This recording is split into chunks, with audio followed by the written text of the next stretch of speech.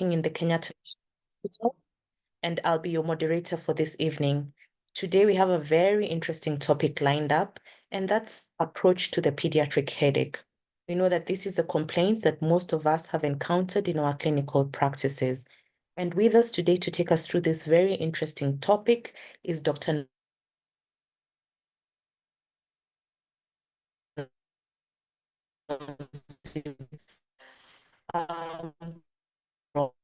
Neurologist who hails working in the public sector.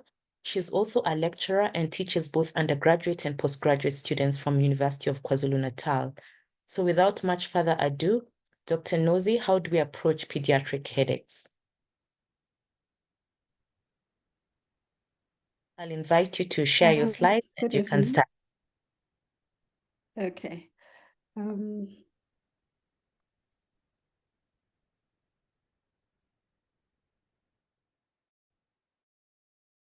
Okay. Can you see the slides? Yes, we can see your slides clearly. Okay. Good evening, all. Thank you very much for the opportunity to talk about headaches. Headaches is a very big topic, and it's one that's quite problematic, particularly with children, because some of our children cannot really communicate what their issues are. So basically, this evening we're going to do an overview, and we're not going to discuss the details of some of the concepts that we usually have when we talk about.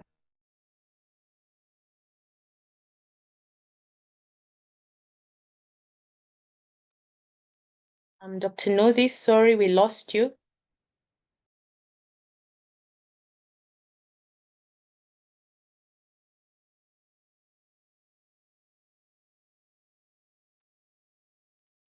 Yes, you're back. We can see you now, Dr. Nosy.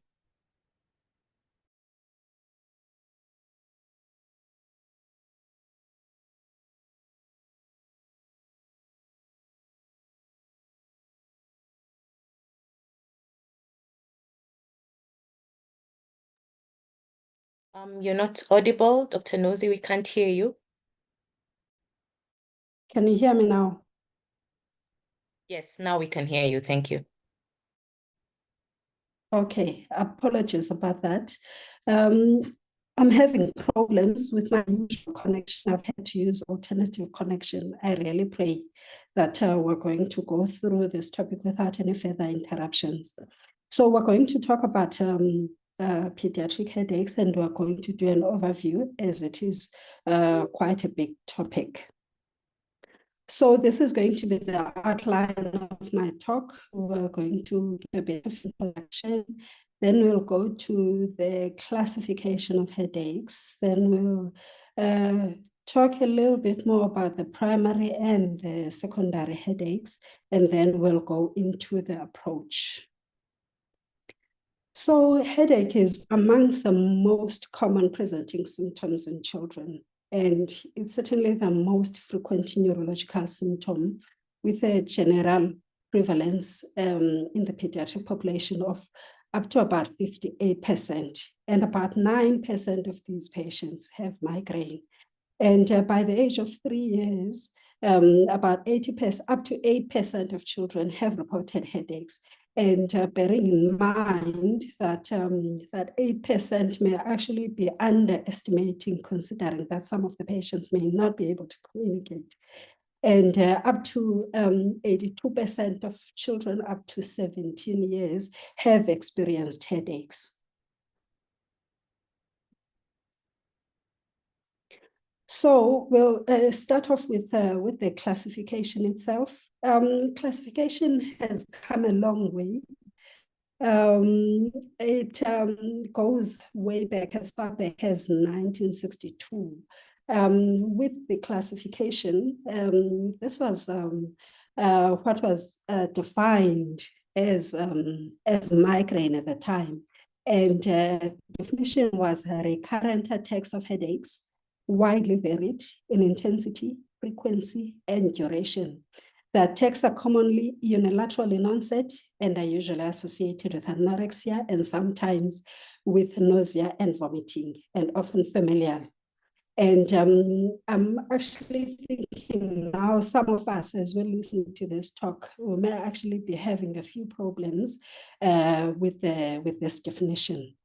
But what was noted, the first part was that this was not internationally standardized. So it was a bit of a problem. And also the fact that some of the terminology that was used, it was quite soft, not very objective. So it depended on an individual to actually decide on what was common or what was not common, or what was widely varied or what wasn't, or what was usual and what wasn't. So inter-individual variability was anticipated to be a problem there because of that objectivity. So with this definition, it was not international, it was not accepted, it was challenged, and then having come so far now, we have had a lot of classifications that have been refined, and we're now at the third edition of the classification, which we will look into in the slide. So this is just an overview of this classification. This was published in a paper, Cephalalgia, and this is the International Classification of Headache Disorders. At the beginning of the classification and the definitions, at that point, it was International Headache disorders, and this was International Headache Classification, sorry, and this was by the International Headache Society. But now it was later changed to International Classification of Headache Disorders. And as I said, this is now the third edition. And prior to this edition, there was a third beta edition, which now it has changed to what is much more specific and includes a whole lot more things. So this is basically the classification that we're talking about. And we have the primary headaches, we have the secondary headaches, and we have the other types of headaches like painful cranial neuropathies and so on.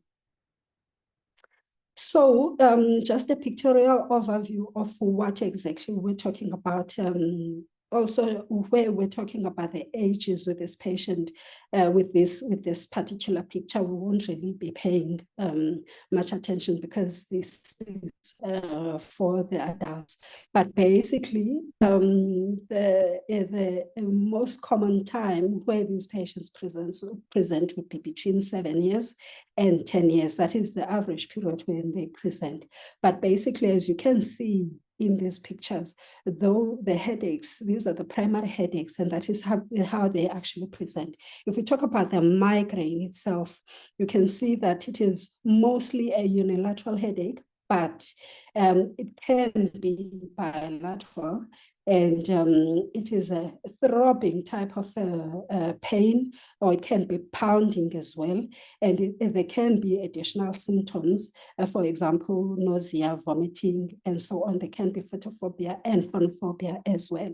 And there are triggers that can be associated with it, and it can last up to 72 hours with these patients. And if you look on the left bottom corner of the slide, we can see the cause of an attack of a migraine, where you actually get an aura. There may be a migraine without aura. We'll talk about that just now.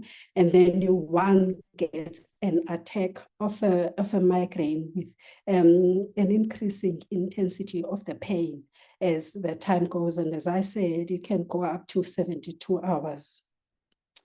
And then looking at this type of headache, which is also one of the primary headaches, is a tension headache. You can see this one is usually bilateral, and it feels dull. It's non-pulsatile. It's compressing, and it can be associated with tightness of the muscles. But photophobia and phonophobia are usually uncommon for this type of headache. And this can be associated with strenuous situations or anxiety symptoms. And if you look at the course of the attack itself, it can happen a few times in a week, but it is episodic when it is less than 15 days a month, and then chronic when it is more than 15 days a month.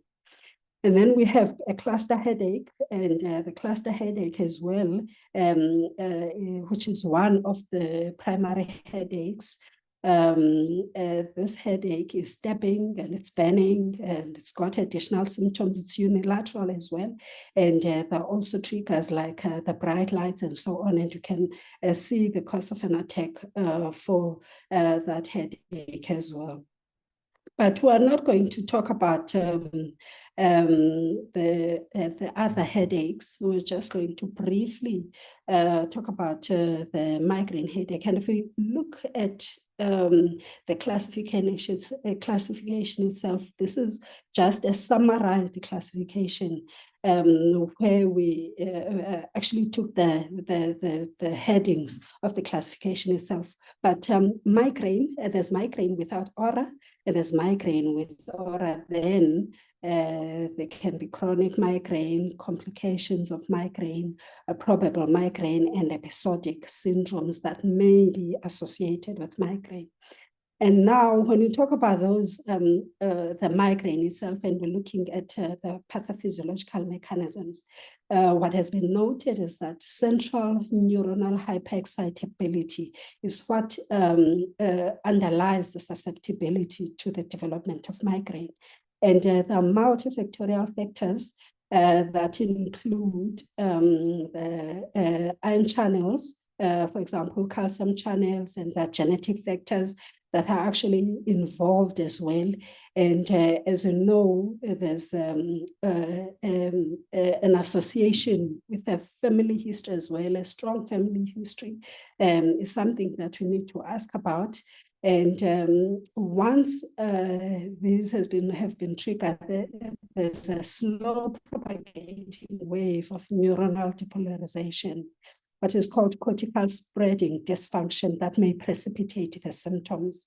And with this and some abnormal cerebrovascular response, this can actually cause contribution to the pain that one may actually get in patients with primary headaches. So looking at the diagnostic criteria, if we can say into two, we have migraine without aura and we have migraine with aura. And the migraine with aura, this is as per the International Classification of Headache Disorders, the 3rd edition.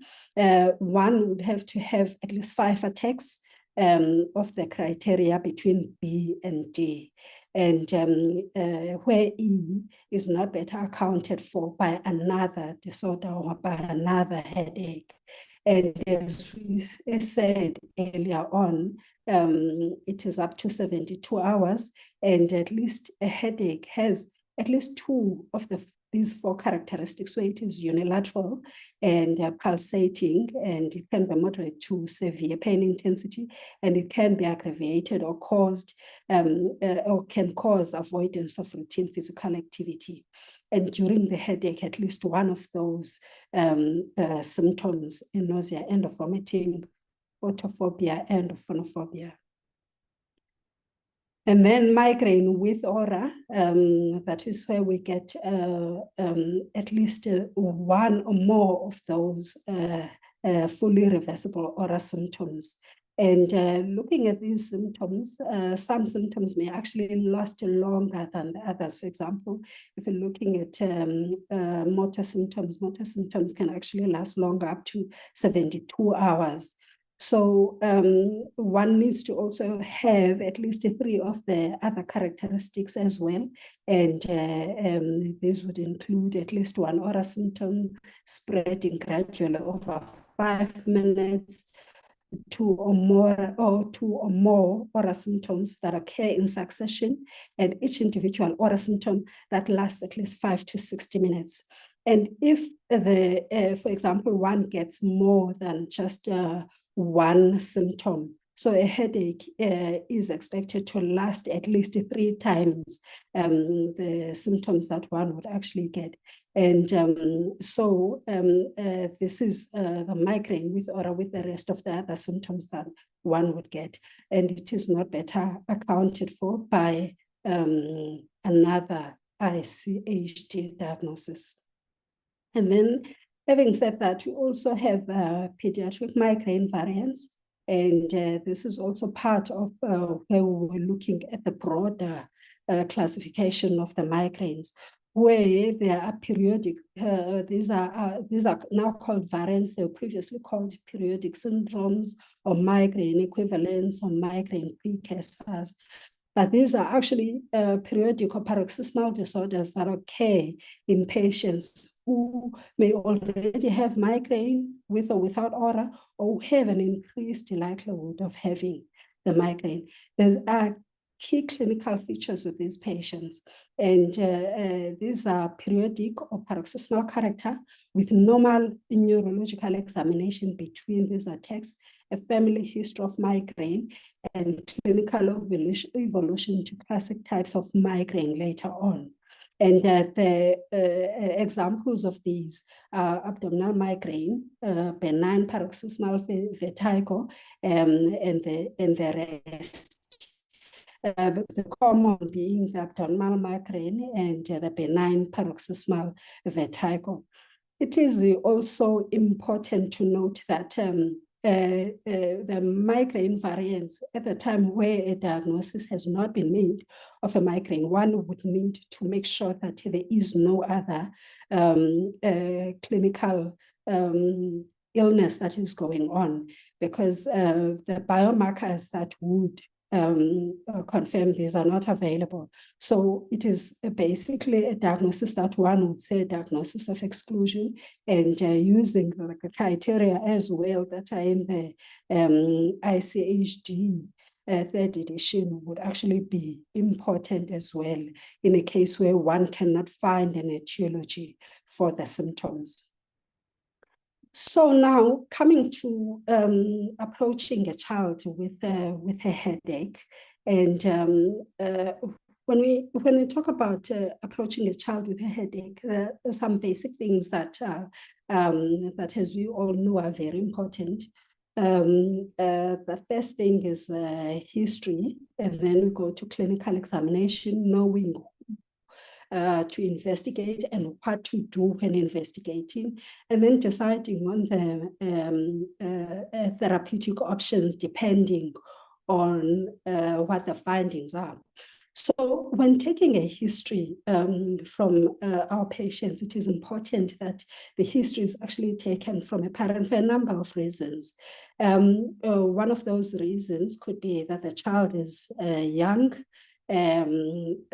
Another could be that there may be inconsistencies with history if there are some factors that are contributing that may be related to family dynamics. So it's important that the history is actually from the child himself or herself, and a caregiver can actually give input, and they can actually indicate what the child actually does when the headache actually does happen. So when approaching a child, obviously with the small ones, they're going to be less comfortable. So it's important to actually sit closest to the patient, establishing a rapport, and as to make sure that this is as friendly as possible. It's not an intimidating interview, and that the child is able to actually use any of the descriptions that they're familiar with. And another thing that has been noted to help with children, and this has been used for children that are older as well, and certainly for children that are smaller, is artistic diagnosis. It has been noted that artistic diagnosis is actually quite helpful to be able to make a diagnosis of whether one has a primary or secondary headache. And if you look at these diagrams, there's 3 of them. with the diagram number 1 that shows a comparison between, on the left side, the patient in A, for example, is the same patient in B, but this is after a few months of having used the treatment. And as you can see in this diagram, how this child actually drew this diagram and comparing the pictures, even without actually even reading what the child wrote there, you can actually see that this child is actually much better after a few months. And you can see the other one with a hammer, which may suggest that this is a throbbing headache. And later on, it looks like the headache is much better. It's much softer. This is how the child is describing. And the second diagram, the second pictures there, number 2, this is where you have patients that have not had response to treatment. And comparing diagrams number 1 and diagrams number 2, you can see that when comparing the two, looking at the intervals, there is no improvement with these patients. So they actually use pictures to actually describe their symptoms, and one can actually tell if medication is helping or is not helping. And looking at diagram number 3, this is where the clinical picture is not, the diagrams are inconsistent with the clinical picture of the child, where they may seem like they're getting worse, or it's actually not improved, but actually when the child is being assessed or when detailed history is being taken, it turns out actually that there is an improvement. So with this study that was done where they were doing serial diagrams from children, they did find value in actually using diagrams for children to describe their headaches, to describe their symptoms. And they found that these diagrams actually did relate directly to the type of headache that they had, even though some of these patients actually were inconsistent, but it was found to be a helpful tool to use, which is still recommended. And then coming to the rest of the other information that one is needed. So looking at the pattern of a headache, it's important to look at the pattern where one needs to indicate if it's acute, is it recurrent, is it chronic headache. And one of the things that may actually help particularly for chronic headache and recurrent episodic headaches is to have a diary for these patients. So when you're taking a history, and if it's patients that you already know, they can actually show the diary where they can actually indicate how often the headache, they have an attack during the day or in a month, and so on and so on. So it's important to actually make sure that one is taking a detailed history to be able to actually get as much as information as we can, so that this can be useful when we're trying to do even investigations, even before we decide on what treatment options we would need to do. So some of the things that are also important when having an acute headache is to also get other symptoms that may be associated with secondary headaches. So it's important to actually get that. So with the headache temporal patterns, these are some of the some of the conditions that one would actually get in an acute headache, for example. Those are some of the conditions that one may get. If it's a first episode of a migraine, one can still get. And if it's an intracranial pathology, for example, a bleed, or for example, an infection, an acute headache can happen. And then for a recurrent acute headache, one can get one of the primary headaches and some of the other factors, like, for example, systemic illnesses that can actually cause recurrent headaches. So chronic progressive headache, non-progressive chronic headache. So it's important to actually get that information so that it can help you narrow down the differential diagnosis as to what could be the challenge. So another thing, once one has an abrupt onset of an unremitting daily headache, it can suggest a secondary cause, and it can suggest a new daily persistent headache, which in most patients, they often remember the exact date and the circumstances of that headache, and which is a key feature in the diagnosis. And some of these patients actually can report antecedent infection, and it can be associated with the onset of school. And it is important to actually make sure that we evaluate for secondary headache so that we do not miss anything. Like we said, with the primary headaches, location is also important. And this is because of the times that we actually spoke of. For example, childhood migraine can last up to 72 hours with a tension type headache lasting up to 7 days, for example.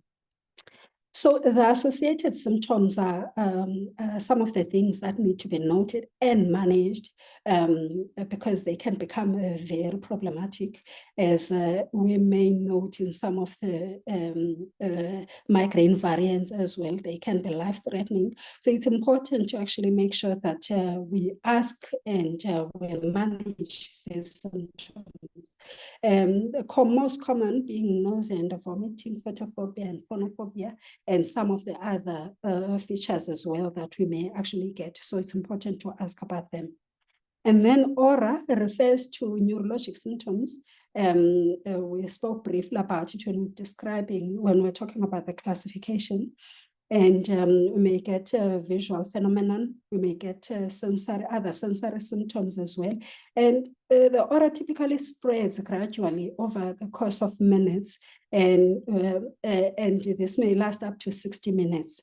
And the rapid progression of the symptoms that may seem to be or to look like an aura, or that may seem to be like an aura, one would need to look for a secondary cause, because early on, it may be difficult to make a diagnosis of a secondary headache if these symptoms actually mimic the aura symptoms of a migraine.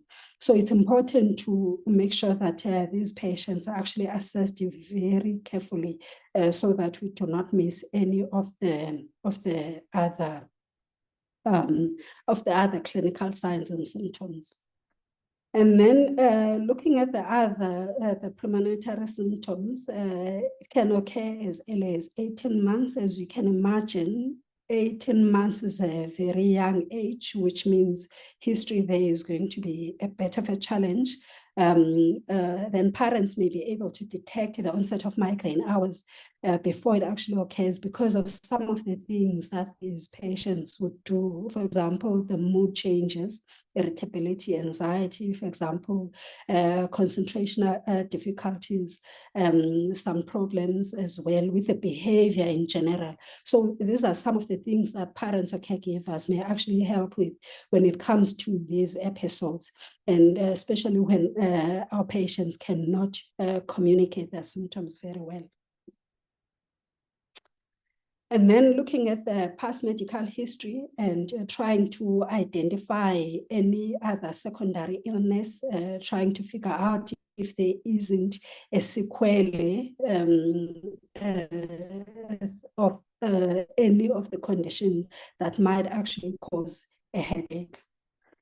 Also important to note, even though some families may not have an idea of the diagnosis of a migraine, it is important to get that history. It has been noted that up to 32% of heritability in patients with migraine. So if, for example, there is someone in the family that does have a migraine, be it as a sibling or it's a parent, they may not be taking it maybe seriously, or they're attributing it to some other factors that are going on and not really thinking that it could be associated with genetics. One would need to know that information as well. Also, psychosocial issues, we need to find that out.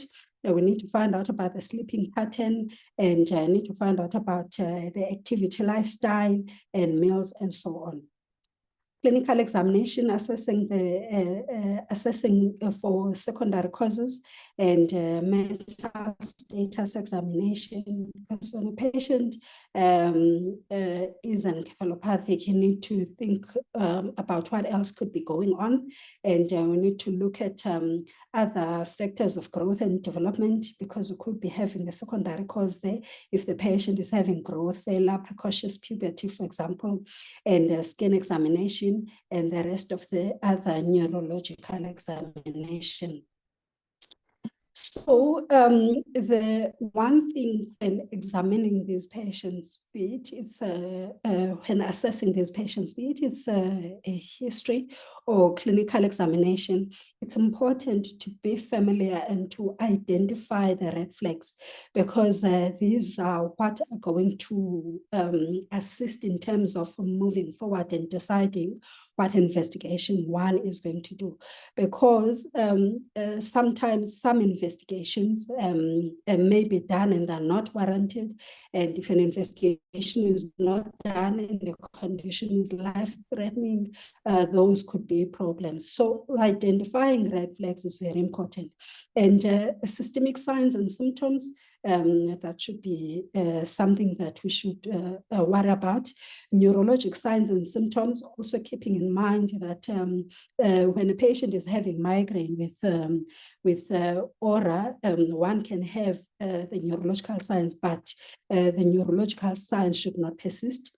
Sudden onset, also important to note, and when the child is sleeping or early in the morning, and the other factors as well, like family history that is not there, and if it's progressive, or if it's a new headache or a change in pattern of the headache, and so on and so on, and a young age, one actually needs to keep that in mind as well. This table, I know it is quite busy. I just wanted to highlight with this table some of the factors in history that are actually red flags for patients with who have a headache. For example, looking at the character of a headache, some of the things that we've actually spoken about. Also to note that the occipital headache, for example, being one of the things that has noted to be problematic, but it is important that each sign or each symptom is not treated in isolation, but it is treated with the rest of the other signs as well. So a comprehensive assessment of a patient is actually very, very important, and not treat one clinical sign or one clinical symptom when managing these patients. But once you get some of the things, for example, a history of a seizure, then we should be worried. History of a confusion, like I said, we should be worried. So these are the red flags that one actually needs to make sure that we do not miss in that history. And the minute one is able to outline exactly, is able to identify some of the important aspects, then it may be easier to actually move forward. And these are the risk factors with physical examination.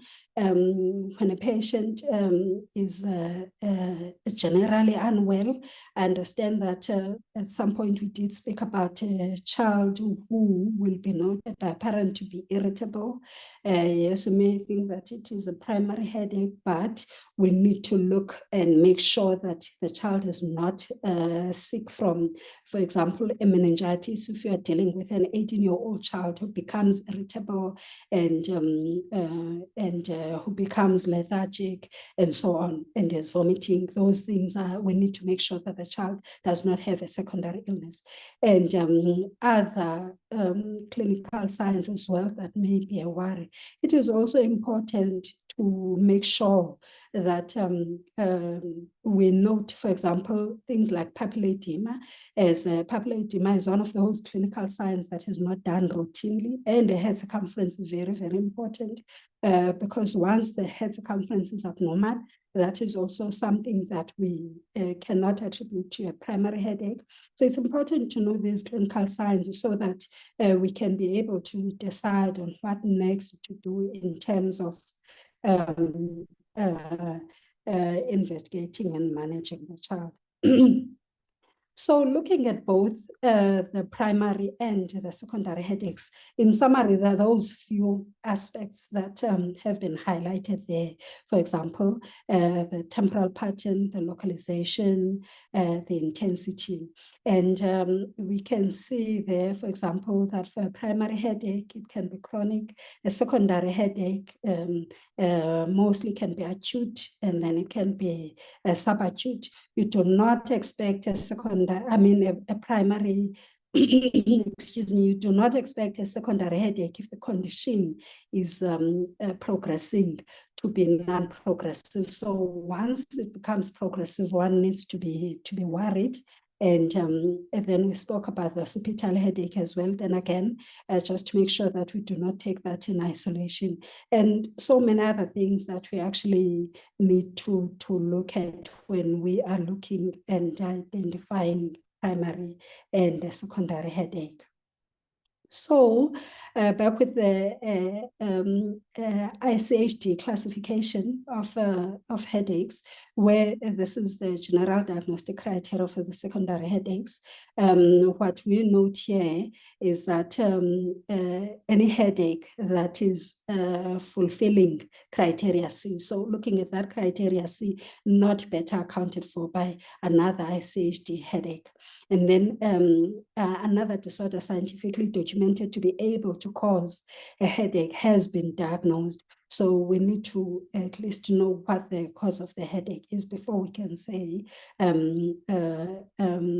what it could be, or at least to look for the cause of the headache. And then the rest of the other features that are important for the criteria there. So the secondary headaches can be caused by a number of factors. Those are just a few. There are some life-threatening, like for example, sinus infection, hemorrhage, intracranial hemorrhage.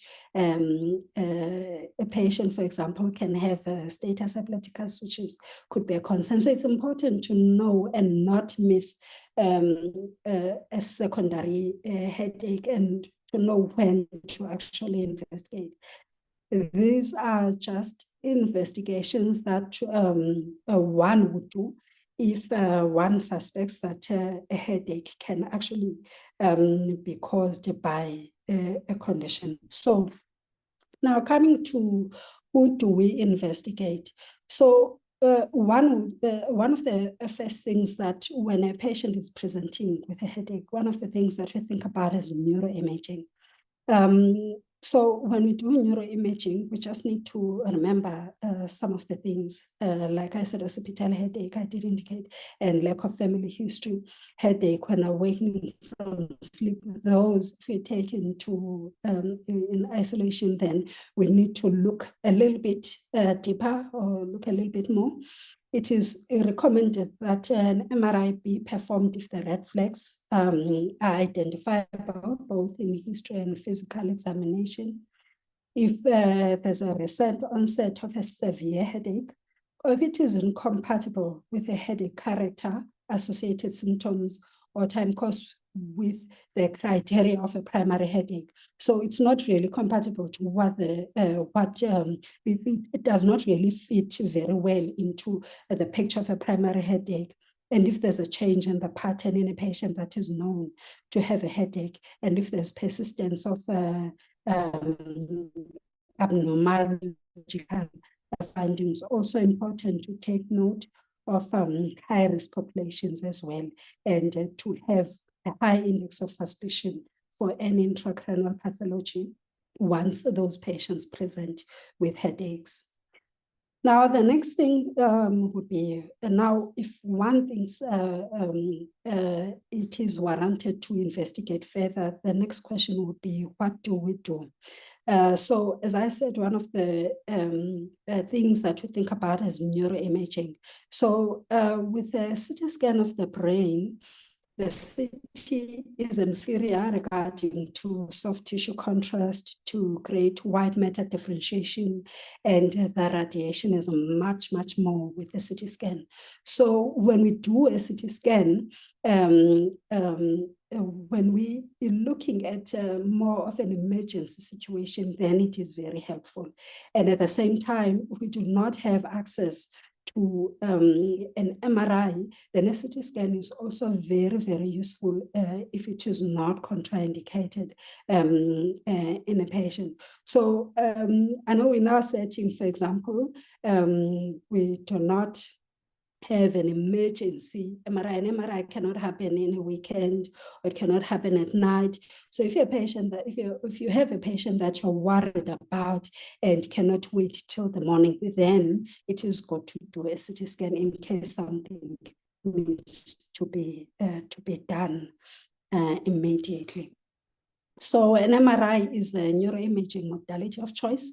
But when requesting, once we've reached that stage of doing imaging, an MRI there's a likelihood of getting incidental findings. So we need to be able to manage those incidental findings. The first thing we can do there is to be able to counsel parents thoroughly about investigating the child, and to also be as transparent as possible in terms of those findings when they are found. And because if we have findings that we don't know what to do with, that can become very confusing for the parents, and it can be very tricky for the physician as well to manage. So it's important to be able to manage those findings. And then another thing which parents would need to be counseled about is that false sense of security when a report comes back normal.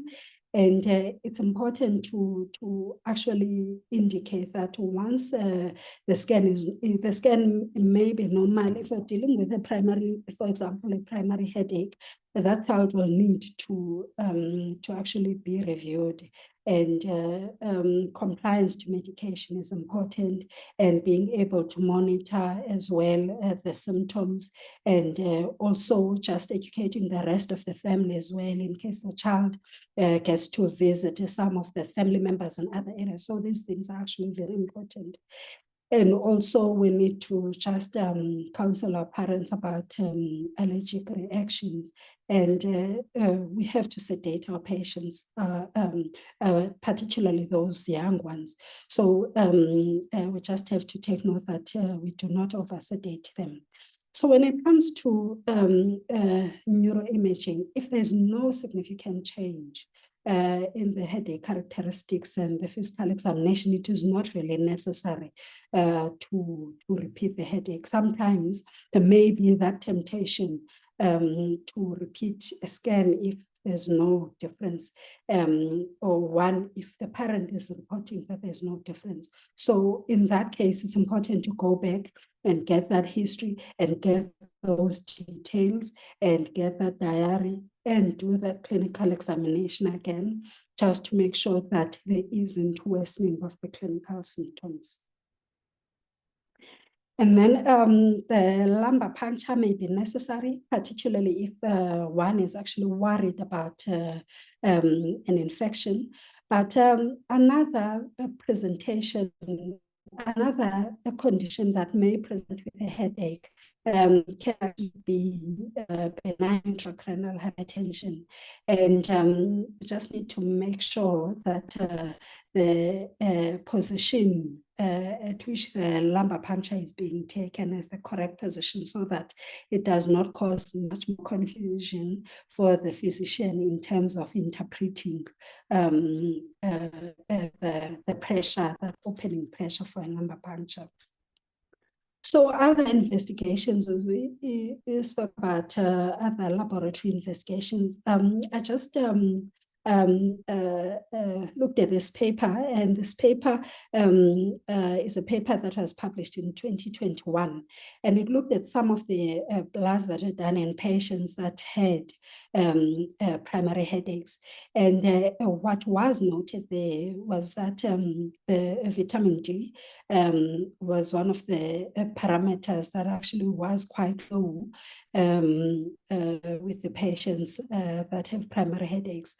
But having said that, this is a known thing, but there are no studies that actually link vitamin D to headaches in children. There are not enough studies, let me put it that way, there are not enough studies to link this.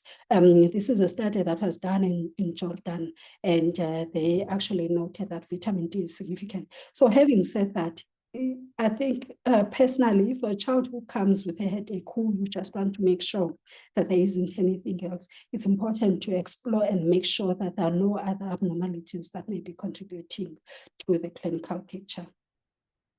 And then coming to the management of a headache, there is also this paper also that was published in 2021, and that talks about some of the things that one can actually do to make sure that headache is not really a problem. Maybe I'm not saying this right, but one of the preventative measures that one needs to make sure that they tackle when there are recurrent headaches. One of the things is sleep hygiene. To be consistent, to be sufficient. And so what one needs to actually do to advise parents to have a bedtime and to have a wake-up time, and to monitor if the child does wake up at night or if the child does sleep the whole night. Sometimes one may actually have to take away the devices from children so that they actually do sleep, because sometimes children may actually use those devices even when parents are not aware. Meals and hydration, very, very important as well. It's important to encourage parents to take note of these things, and to encourage activity as well, and to encourage relaxation, to assist with the means to cope with strenuous circumstances, and to avoid some of the triggers that may be contributing. So looking at the management, so a diagnosis of a headache type is very important. So if we're going to manage a child with a primary headache, and we need to be sure that it is actually a primary headache.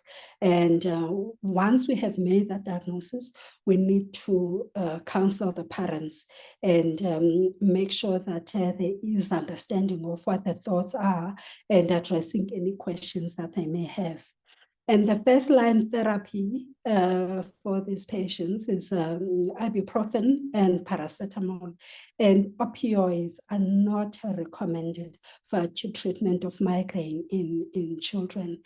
And this ibuprofen and paracetamol has been shown to reduce headaches, both the frequency and the severity of the headaches. And monitoring, one can actually just make sure that we use the data so that you can have as much objective information as you can, as much as this is going to be history, but this is actually going to help when you're actually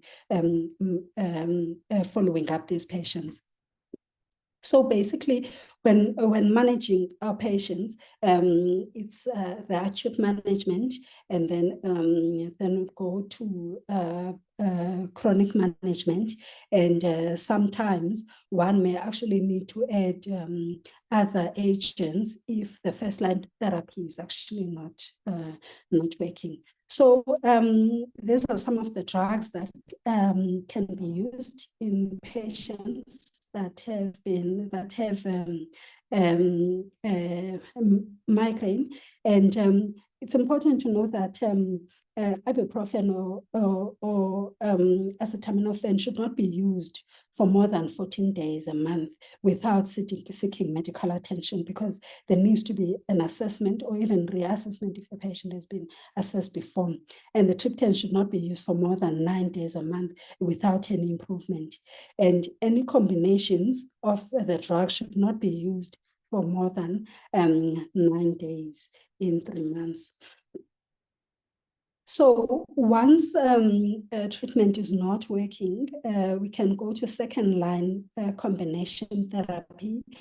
And where in adolescence we can use the combination of, for example, the NSAIDs and the triptans. And if, for example, we can't use the NSAIDs in a patient who's got an acute headache and is not responsive, we can use some of the options that have been highlighted in the bottom table there, where we can use the sumatriptan, and that's a nasal spray, for example, and it can be used at the maximum dose. It can be up to 20 milligrams. Some of these medications, particularly in the public sector, are not readily available, but some of the drugs that are available, it's important to know that one has to start from the first line therapy, and that is paracetamol and the ibuprofen. And then preventative therapies, and we have some medications there that we're familiar with. For example, we have topiramate, we have valproate, flunarizine, for example, propranolol, but it is important to make sure that once we have to add another agent, we have to just make sure that we discuss the side effects with the families, and we have to make sure that we discuss the drug-to-drug interactions, and we discuss generally the other indications for the drugs themselves. Because, for example, I'm just looking at topiramate and looking at valproate as well, and for a patient who will come across another patient who is epileptic and who's probably taking those medications and comes back frantic because she thinks the child is having a seizures, and that's why they're being given this medication. So it's important to make sure that when we counsel these parents, we cover as much as is possible so that there are no surprises for the parents when we are managing them or when we're following them up. Important to make sure that we take note of those factors that actually prevent headaches.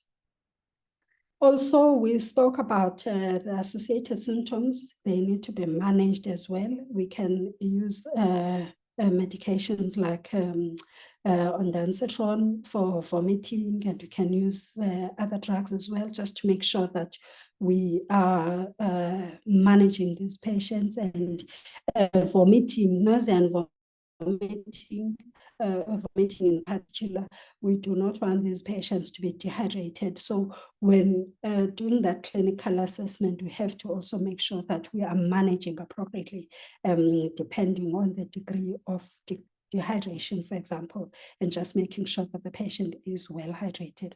There are other modalities that can be used for these patients, and this is something that we in my setting do not have available. And also to monitor symptoms as we follow up these patients is very, very important, so that we are able to decide on whether we continue to either add another agent we look at the characteristics of the headache itself, or depending on what is actually going on with the patient. So with regards to the outcomes, 3/4 of children with headaches are likely to progress to adulthood. And it's very, very important because headaches can be very distressing, and they can take away a child from school for a number of days, and this can impact in their academic performance. So it's important that we try as much as we can while the children to be able to make a proper diagnosis and to be able to treat appropriately these patients. And then 2/3 of these patients do respond to therapy. So the minute we diagnose early, and the minute we treat early, then the more the outcomes are going to be better. And those who benefit from preventive therapy are likely to maintain a better headache control when they go into adulthood. So this slide is a summary. And it's a summary of basically what we would like to do when we want to find out what the cause of the headache is. And we basically want to just make sure that we differentiate a primary headache, a secondary headache, or any other headache syndrome. And we ask specific questions about the headache itself. We have to understand who to investigate, and we treat acute headaches, and we can go as far as chronic headaches if we're dealing with primary headache, and also just to note drug-to-drug interactions and contraindications to certain drugs. And also just to note that it is important to discuss with colleagues, and if there's also that thing that does not settle very well, to actually refer a patient so that they can be investigated further if something does not settle very well. So overall, the incidence of relevant intracranial pathologies in children with headaches is low. Having said that, we need to be very vigilant. A normal neurological examination has been demonstrated to highly correlate with the absence of intracranial illnesses, both in pediatric and adult studies. But having said that, there are limitations. For someone who's not as experienced, it might be a bit of a challenge once the clinical signs have been missed, once those red flags have been missed. So it's important to also educate medical students, interns, so that they know which questions to ask, what are red flags to look out for, what clinical signs to actually note, so that these are not missed with these patients. And then neurologic symptoms can fluctuate, particularly at the beginning of the intracranial course. And one might actually think that this may be a primary headache for those patients that may manifest with motor symptoms. So it's important to monitor these patients very closely if there are issues that one may think they may be ongoing. And also to keep in mind to keep screening and screening and screening. And once one thinks there's a primary headache, and to try and identify the diagnosis. Thank you. Thank you, Dr. Nosy. That was a very brilliant presentation on a common presentation that we often encounter as clinicians. So we have lots of congratulatory messages for you and lots of questions too. So I'll dive right into the questions. We'll try and answer as many as possible. So the first question is, what's the connection of infantile colic with headaches, and how do we pick this up? So when it comes to infantile colic, one, we need to identify what we mean. We need to know what we mean by saying infantile colic. I'll tell you why.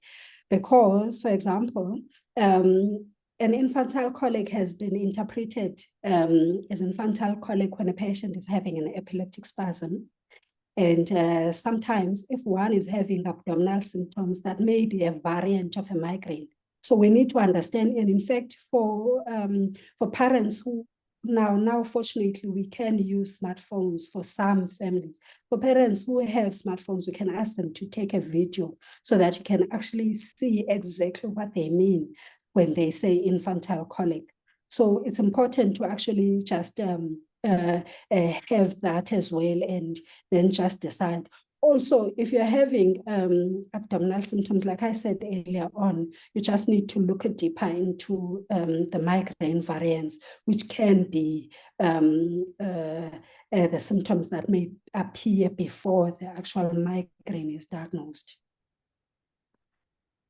Thank you, Nosy, for that. I think the migraine variants are something that are quite challenging for most of us clinicians because they're usually a diagnosis of exclusion. So the next question is, what are the brainstem symptoms of aura? So when you have a migraine with aura, what are the brainstem symptoms that you may get? So I think the best way to look at this question is to look at what the structures are found in the brainstem. And some of those structures include the cranial nerves. And so what may seem like craniopathy, but craniopathy that is not persistent, one can actually take that into consideration. So for example, if patient, for example, is having, I think drooling, that could be one of them, or if patient is having symptoms, for example, ophthalmoplegia. So I think those are some of the symptoms that we can actually look at. Thank you. The next question is, could you advise on how to diagnose intracranial hypertension, especially for the registrars and doctors who would be faced with such a case?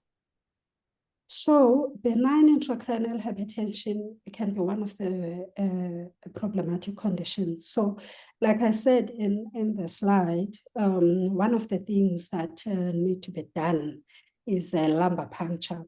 And for children, the pressure, the CSF pressure, that is the opening pressure, is high. And for children up to 25, is actually considered high, and that child has a benign intracranial hypertension. Another thing to note is that when you do an MRI, because an MRI is also indicated, one can actually find some of the clinical features that do suggest a benign intracranial hypertension. For example, there may be flattening at the area of the orbital nerve, where one, if you look at the MRI itself and you look at the entry or at the exit of the optic nerve and into the orbit, one can see flattening there. And sometimes you can actually find a thickening of the optic nerve itself.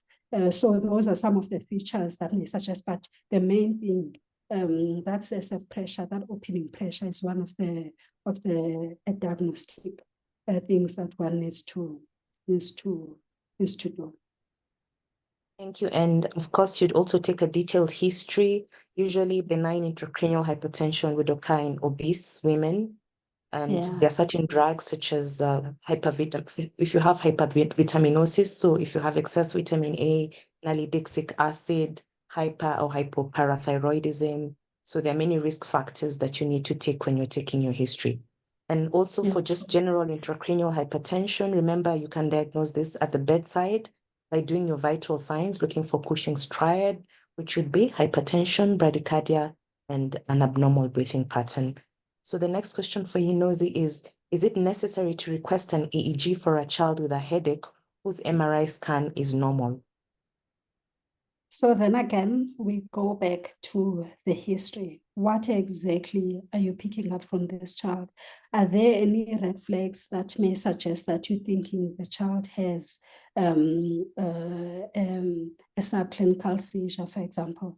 Because if the clinical history and you've tried and looked and found red flags, then you can do investigations depending on what you do. So it's not routine to do an EEG.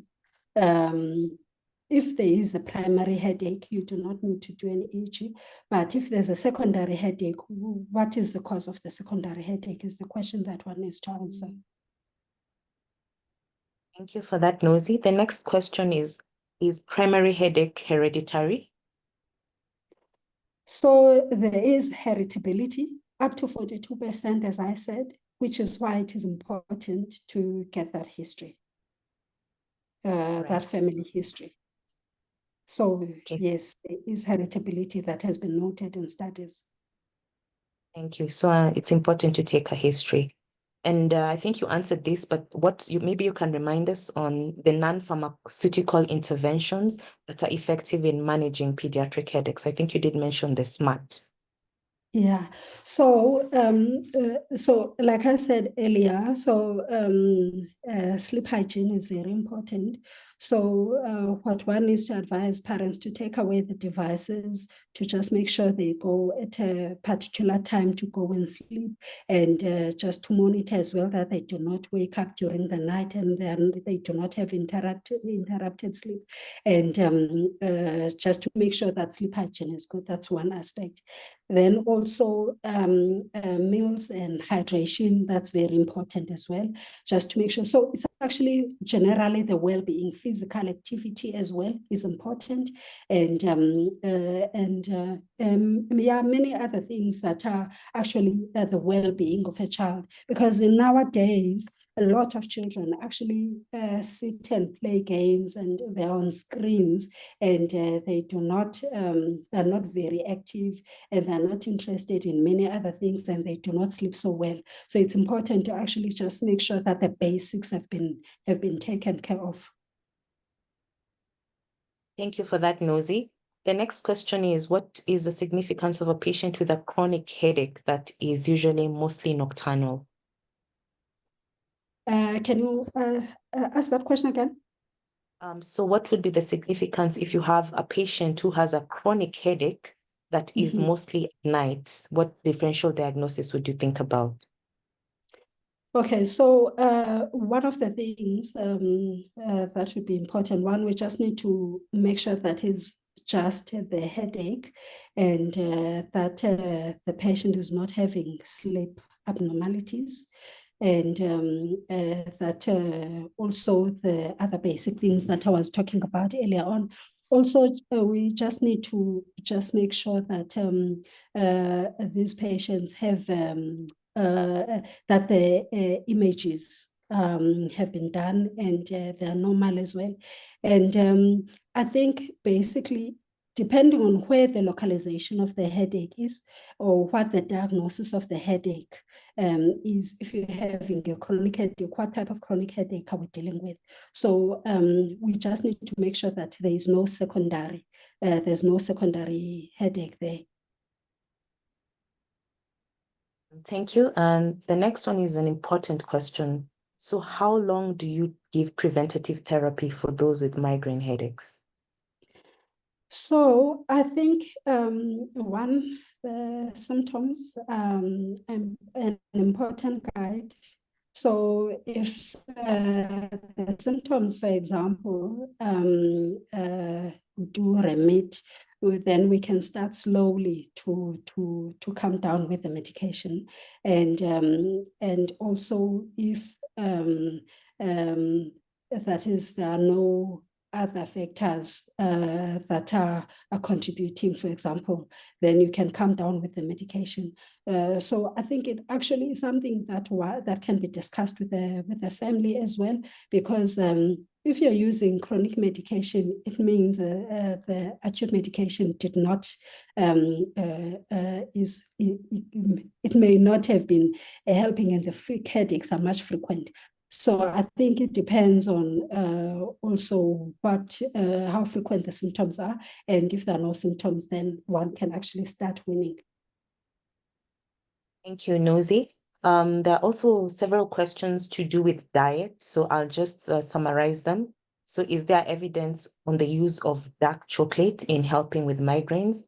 And is there a role of use of salt and water in exacerbation or relieving migraine headaches? And there's also a question on use of excessive sodas, if avoiding sodas can aid in so basically diet can aid in migraine prevention.